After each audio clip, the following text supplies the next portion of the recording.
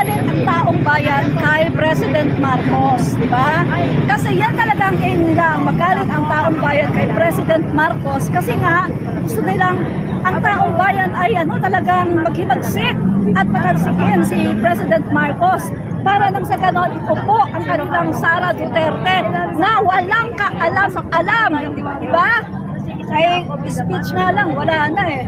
Kung mag-isip, wala din, puro no comment, di ba? Walang kaalam-alam.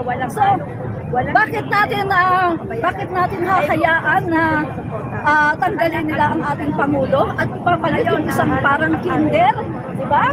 Na spoiled brat. Oh, spoiled brat siya.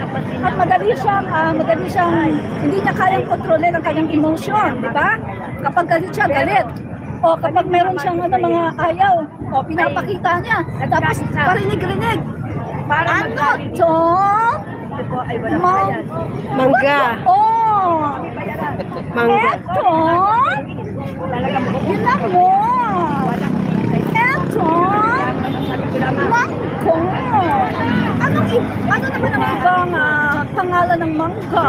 Mangga gamit. O, di ba mga ganyan? Diyos ko, die! DepEd Secretary ka, ganyan ka, nagpaparinig? Tapos meron ko siya, binigyan ng pulburon ng bata. O, pulburon, masarap yan. Diyos ko, die! Ikaw, DepEd Secretary, Vice President of the Philippines, ganyan ka? Ano yung utak mo? Para kang kinder. Diba? Kung meron kang disgusto, sabihin mo ng tahasan. Huwag kang magpaparinig. Ano ka? O, yung ginawa niya kay Evelisa Marcos. Yung ginawa niyang binastos niya ang asawa ng kanyang boss. Kayo dito, tatanungin ko kayo. May boss kayo, tapos may asawa yung boss niyo. Tapos binastos niyo.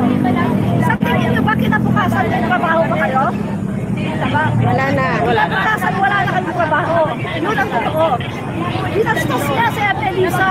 Instead na ang sabihin niya ay in behalf of my family, I want to make an apology, ganyan-ganyan, nasaktan ang damdamin ni First Lady Lisa Marcos. And then, ano lang, apology, and then, tama na.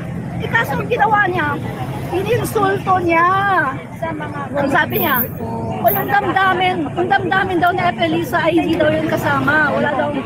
Walang kinalaman daw sa kanyang mandato as Vice President. Parang sinabi niya na, ako elected, 32 million ang mandato ko. Ikaw wala.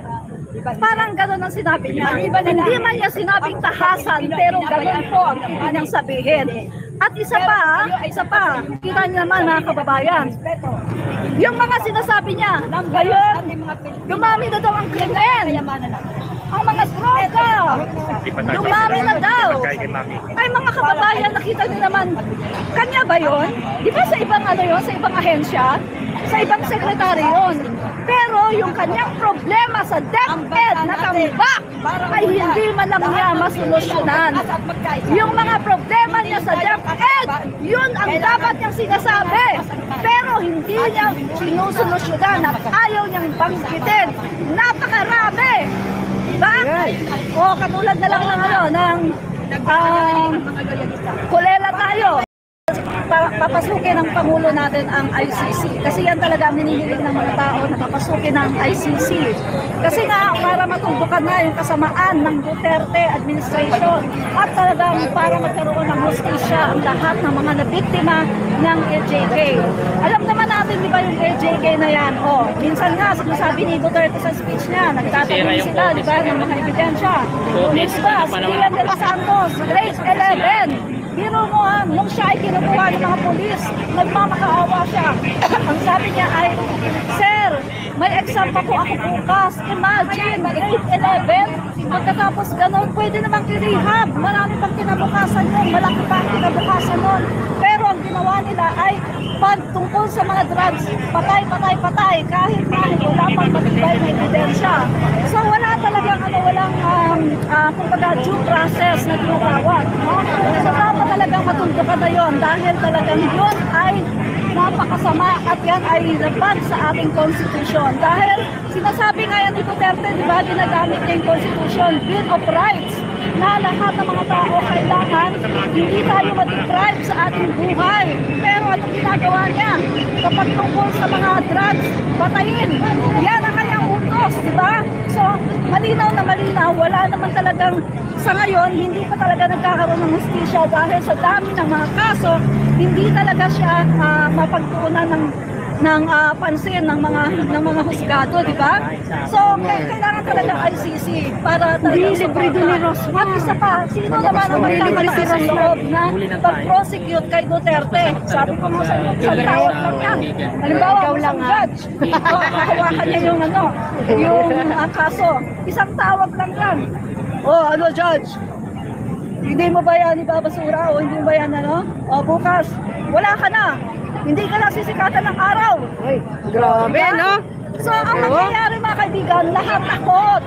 Walang magkakalakas ng loob na talagang i-prosecute si Duterte dahil lahat ay takot. Aminin man natin o sa hindi. Diba? Kaya kailangan talaga ang ICC na pumasok na dito sa ating bansa para talagang lahat ng yan ay matuldukan at magkaroon ng hustisya ang lahat ng mga biktima ng AJK. At take note, may isang pamilya, isa lang ang target, pero kasama ang buong pamilya. Merong bata, may buntis, andun lahat, buong pamilya. Anong sabi? Lahat yon tigukin. Biro mo isang pamilya yan. Collateral damage. Anong sabi ng human rights? 30,000 kasama na dyan ang mga collateral damage na tinatawag. So, kailangan na itong matutukan. Walang iba ang talagang pagbibigay ng hustisya kundi ang ICC. Dahil, aminin man natin sa hindi, bawat isang judge, ilang kaso ang hawak? Almost 1,000, 2,000. So, ganun po mga kaibigan, hindi po kakayanin. Kaya kailangan na natin papasukin talaga ang ICC sa ating bansa. Sa ayaw man ni Duterte o sa gusto. At yan si Kibuloy.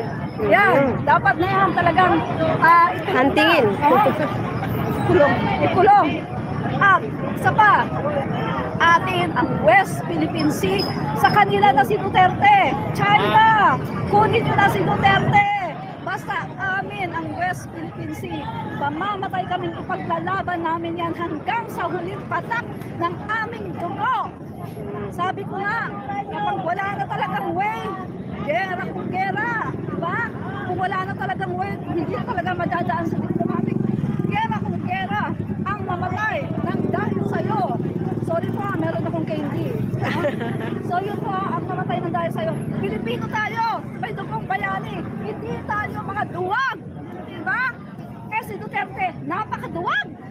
Grabe, kalalaking tao. Matapang lang siya sa kapwa Pilipino. Pero sa China, wala. Duwag. Yan. Urong ang bayag.